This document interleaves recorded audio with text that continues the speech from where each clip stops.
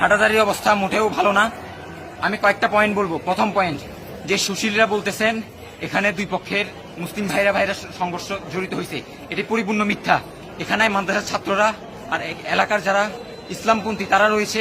অপরদিকে পুরো এলাকার যত কুখ্যাত আওয়ামী লীগ আছে হেলমেট পরে পুলিশের শেল্টারে আক্রমণে আগাচ্ছে।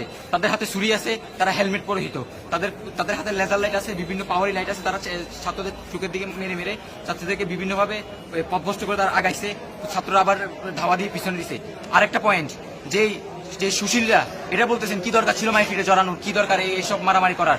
আমি স্পষ্ট করে বলে যেতে আপনাদেরকে, যখন চবিতে মারামারি হয়েছিল তখন তো সবাইকে মারতে বলছেন, পুরো বাংলাদেশ থেকে এখানে চলে আসেন মারার জন্য।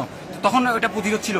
আমাদের ছাত্ররা যখন প্রতিরোধ করে এটা প্রতিরোধ না, এটা কেমন ধরনের সুশীলগিরি দেখান। সুশীলতা এখানে চালাইয়েন না। এখানে আমার ভাইগুলোর অবস্থা এত খারাপ, কিছুক্ষণ পর পরে এক একটা আহত ভাই যাইতেছে। অলরেডি আমরা 2জন শহীদ হওয়ার খবর পাইতেছি। এটা যদি সত্যি হয়ে থাকে